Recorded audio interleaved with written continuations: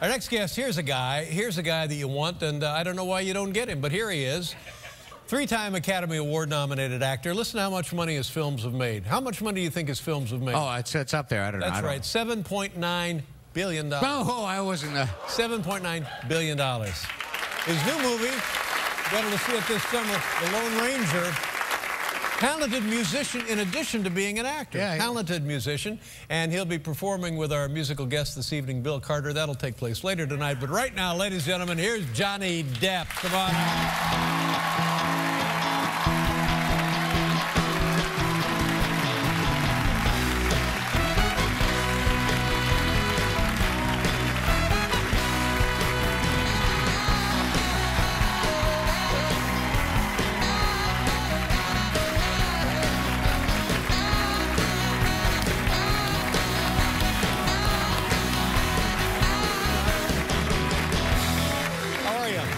Good. Thank you so much for being on the program tonight. This is exciting. Now, here's how dumb I am. I didn't realize that when you wanted to be in show business, it was going to be as a musician.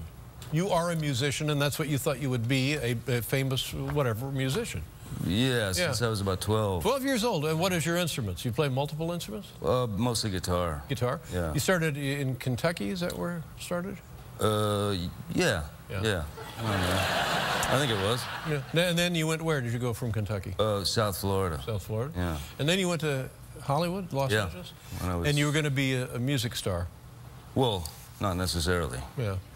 But you wanted to pursue I was going to be a music. guitar player. Going to be a guitar player. Yeah. And where did you see yourself as a guitar player? As like a really good, like a studio guy, a not solo actor? Not particularly good, no. Oh, not good? No. But I was all right. But you had never thought about acting? Never once, no. That's crazy, isn't it? Yeah. Yeah. So, look at us now. Yeah. So, so what was the turning moment? You're out there in California, you have your guitar, and suddenly you're an actor.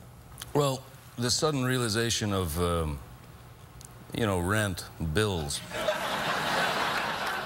You know, when that pops into your head, and you realize at some point you'll have to deal with the inevitable. But, you know, that story often goes the other way. Yeah. So somebody goes out there to be an actor, and suddenly you got no money, so they go to play the guitar to make money. You did it just the opposite. Weirdly. Yeah. Yeah. How did somebody get your first gig if you were a guitar player? Because that means you weren't actually out there auditioning. No, my band moved from Florida to Los Angeles. What was the name of the band? At the time, we were called the Kids. The Kids. We actually were kids at the time.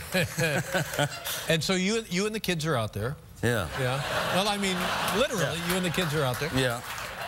And so then what happens? You know, did some opening act stuff, that kind of thing, and who did you work for? Open up for? We did some good shows back in that time. It was like Billy Idol and you know, guys like that, the Pretenders. Wow. Yeah. Ramones. Yeah. And good gig. So then all of a sudden you're somebody calls and says, "What? I saw you on stage with the Kids?" No. No, I was dead broke, you know, and I was filling out job applications at various, well, anything, you know, video stores or coffee joints or whatever. And a friend of mine, who happened to be an actor, Nicolas Cage.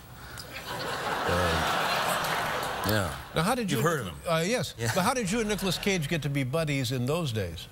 He was just sort of around all the people that I was hanging around with, and we became pals. And he sent me to his agent to, you know, he said, "I think you should try acting." And I met his agent. She sent me to read for something, and they hired me. What was that? Do you remember what that was? Yeah, that was Nightmare on Elm Street, the first one. Yeah. Whoa!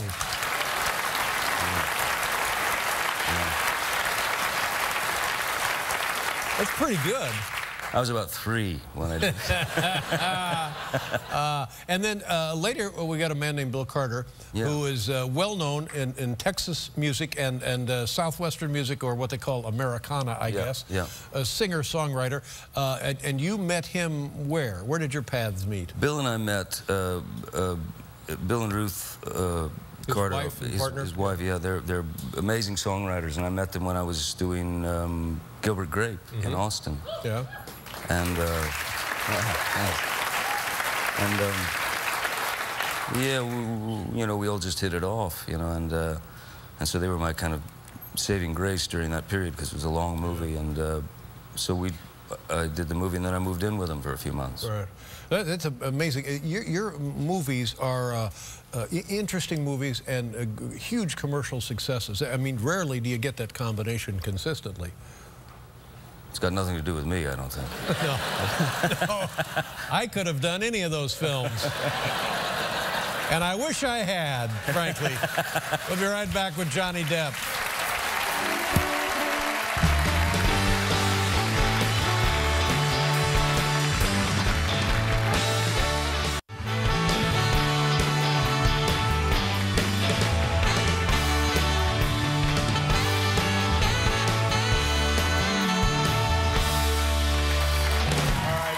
Johnny Depp is here.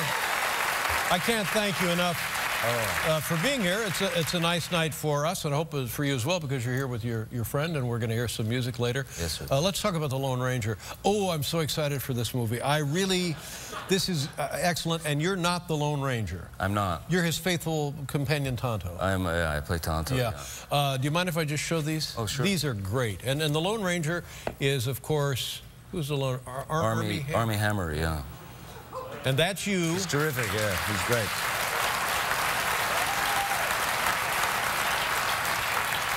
Now, as I recall, the beginning of the genesis of the Lone Ranger it comes from a dark story, and is that the tone of your film? Pretty much, yeah. It comes from a very dark backstory, and then he becomes the Lone Ranger through Tonto's guidance. Did this mean anything to you when you were a kid? Maybe after the radio broadcast, but it was a TV show as well. Yeah. Did you like the Lone Ranger in those days? I did. I liked watching the series. I was always somewhat confused about Tonto's position. I always thought, well, why does Tonto go and have to do this? And why is he sending the Indian off to go? Right. And is that different in this movie? Oh, very different. Yeah. Very different. This looks like a painting. This looks like a Charles Russell rendering, doesn't it? That's fantastic. You look.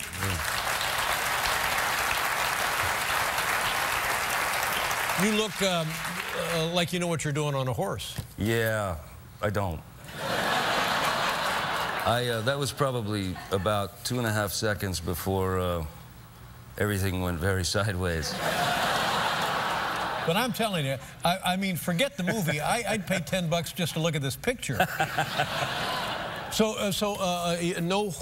But you ride. You don't ride? I have. No, I've ridden quite a lot in various movies and stuff. And, you know, growing up in Kentucky, you grow up around horses and everything. But every horse is different. Sure. You know, so, yeah. So you had to ride that horse at top speed? Quite a lot, yeah. How did that go? Went pretty well up until a point, yeah.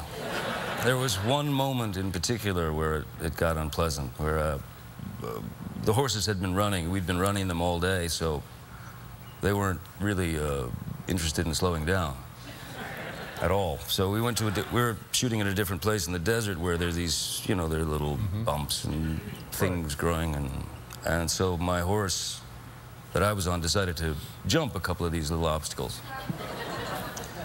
Horse was unaware that the saddle I was wearing to sit on top of it was sort of jerry-rigged, kind of faked. It was to give the effect that you were riding bareback the horse. To give the effect that I'm riding bareback. So basically, it's not really tight on the horse. It's just enough to. Yeah, just a little tissue there for you to sit on. Essentially, yeah.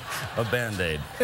And so yeah, when we came down, the saddle slipped, you know, and I went to the left and had the reins here, and somehow had the wherewithal to grab the mane of the horse. And then the next thing I saw, all very calm for some reason. I figured that fear would kick in, but it didn't.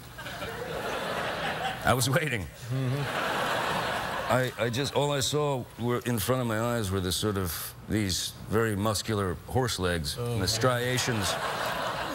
striations of muscles moving, you know. It's kind of death machine. And One word popped into my head. Hooves. Hooves. You know? Hooves. Hooves.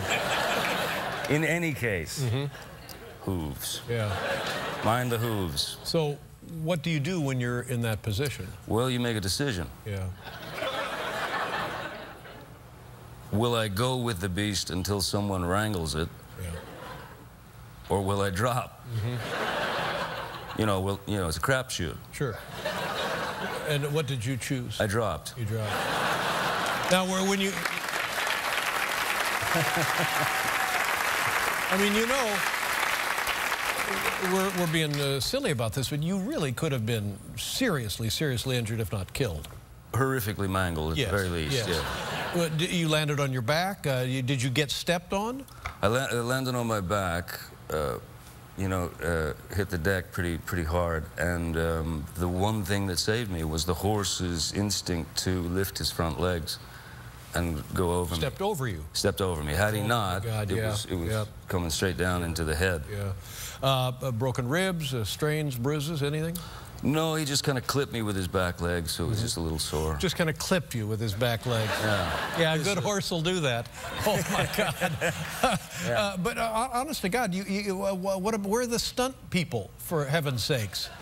You're Tonto. Yeah. You don't need that.